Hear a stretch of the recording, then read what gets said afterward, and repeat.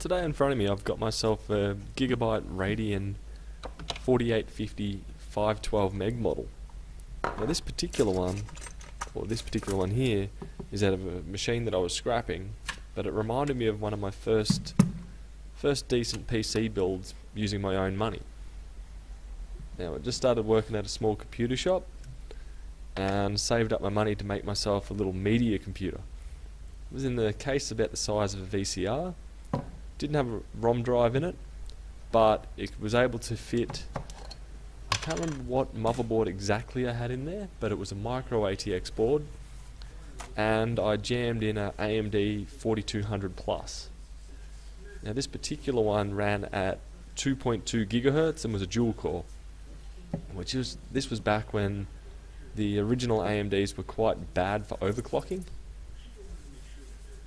And I'm not sure how, but with this particular one I managed to overclock it to 3 gigahertz or 2.95, somewhere thereabouts. And that was without adjusting voltages or anything like that. That was just purely turning up the multiplier. Now at the time it ran perfectly great, but over the year or two that I had it, it was becoming ridiculously slow. I do recall when I first started to install the machine, prior to the graphics cards, I had it set up in the bedroom, had it installing, went off for a bit, come back, and the motherboard's squealing at me. I'm thinking, what's going on here? Cracked the case open, had a look, completely forgot to connect up the CPU fan on that one. So yeah, that was a first.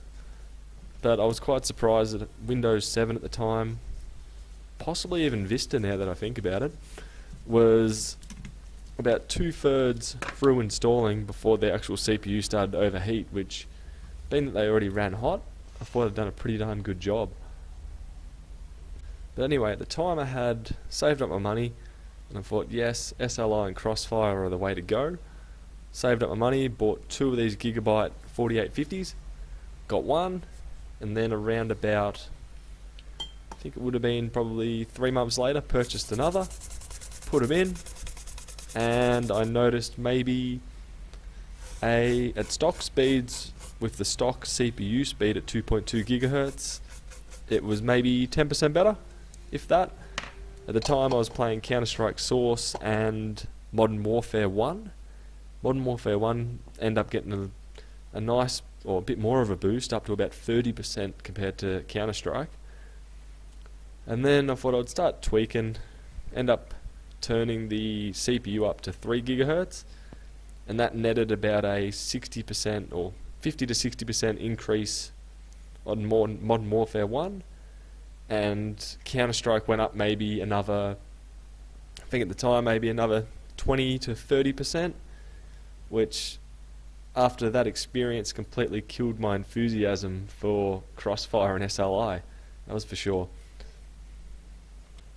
And then a little bit later, Windows 7 had come out, and what do you do when you want the latest and greatest? Update to it. That was the first thing that I did when it was available. I'm pretty sure at the time Windows 7 had the Windows 7 Party promos available, where if you spruiked it and organised a party, you'd get yourself a free key for it. Or there was also upgrade keys available that were only, I think, $15 or so to upgrade from Vista to 7. So got my hands on that, updated the machine, put it all together, or I moved it into a new case as well to support the 2 graphics cards in there. I'll try and find a photo of that one. It was a Cooler Master, shit, can't remember the name, but anyway, I'll try and find the case. And jammed it all into there. It was a pretty good case, had a carry handle on the top, was stoked with it. Windows 7 on there, installed the AMD drivers. Performance loss. Why am I getting worse frames than on Vista? Turned out that Crossfire wasn't working, and no matter what I did, I could not get it enabled. After a bit I discovered that it was actually the graphics card. One of the 2 had failed. It would not work by itself. It would get recognized by Windows, the drivers would install for it, try to do any tests on it individually, and this card would fail, but also stick it in with Crossfire, and it wouldn't function for Crossfire. It would function as a display though.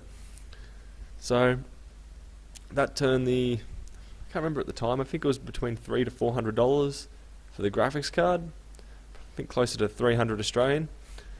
It rendered that pretty much useless and dead, which, looking at the cooling on them, doesn't really surprise me. They were designed as a single slot card. They probably should have had something a bit beefier. But anyway, that's my story of the Radeon 4850 and one of my first system builds that I had myself. Hope this was entertaining for you.